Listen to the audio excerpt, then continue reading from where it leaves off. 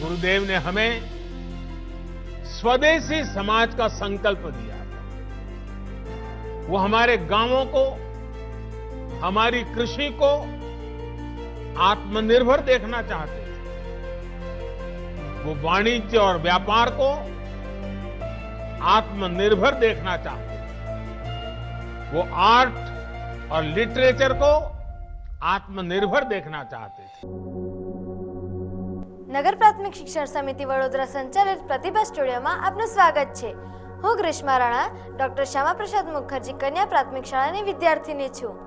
નમસ્કાર મિત્રો, આજે આપણે યાદ કરી રહ્યા છીએ ભારતના મહાન કવિ, સાહિત્યકાર, શિક્ષણવિદ અને નોબેલ પુરસ્કાર વિજેતા ગુરુદેવ રવિન્દ્રનાથ ટાગોરને।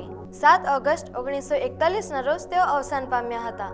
રવિન્દ્રનાથ ટાગોરનો જન્મ 7 મે 1861ના રોજ કોલકાતામાં થયો હતો।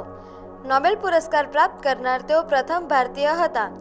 તેઓને 1913માં ગીતાંજલિ કાવ્ય સંગ્રહ માટે સાહિત્યનું નોબેલ પુરસ્કાર મળ્યું હતું। તેમની રચનાઓએ સમગ્ર વિશ્વમાં ભારતીય સાહિત્યને નવી ઓળખ અપાવી।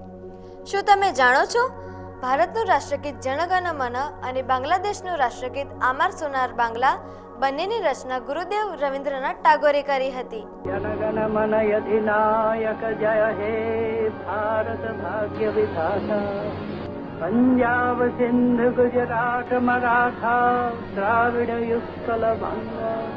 ટાગોર માત્ર કવિ જ નહોતા, તેઓ એક મહાન શિક્ષણવિદ પણ હતા।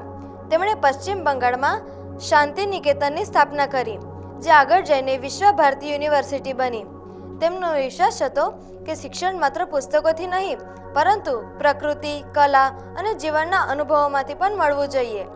7 ઓગસ્ટ 1941ના રોજ તેઓ અવસાન પામ્યા હતા।